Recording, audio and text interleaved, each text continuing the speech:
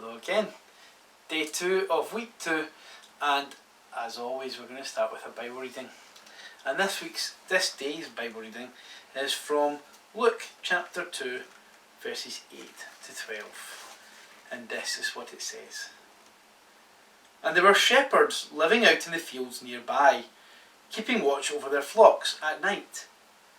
An angel of the Lord appeared to them, and the glory of the Lord shone around them, and they were terrified. The angel said to them, "Do not be afraid. I bring you good news that will cause great joy for all the people. Today in the town of David, a Saviour has been born to you. He is the Messiah, the Lord. This will be a sign to you. You will find a baby wrapped in cloths and lying in a manger." Now, maybe joy is not a word you think of this year. This year hasn't really been the most joy-filled year. However, there's lots to give thanks for. Looking back, there's probably lots that you can be giving thanks for too, even if this has been a really tough year.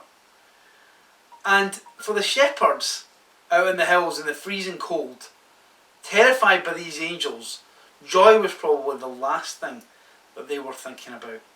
But they were told that this baby that had been born in Bethlehem had come to bring joy to all peoples. Not just some of us, not just the chosen ones, but all of us. And why is that?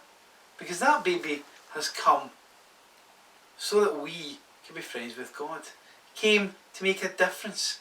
And to actually not be a sticking plaster and be a difference for 5 minutes or fix it temporarily, but to help us to have true joy. To help us to find that inner peace that brings joy and helps us to know what's important. Maybe this year you've reflected on all the things that have happened and you've come to the conclusion that a lot of the stuff that you thought was important actually isn't that important. And maybe you've realised that true joy comes from something else. For us in the church and Christians, we believe that the joy comes from Jesus and knowing Him. Having a family and being with them bring lots of joy, and it's great to have that. But Jesus ultimately is the only person, the only one who can give us true joy that will never fail and will last forever. I encourage you again to watch a little reflection after this video and consider how you can get true joy this Christmas.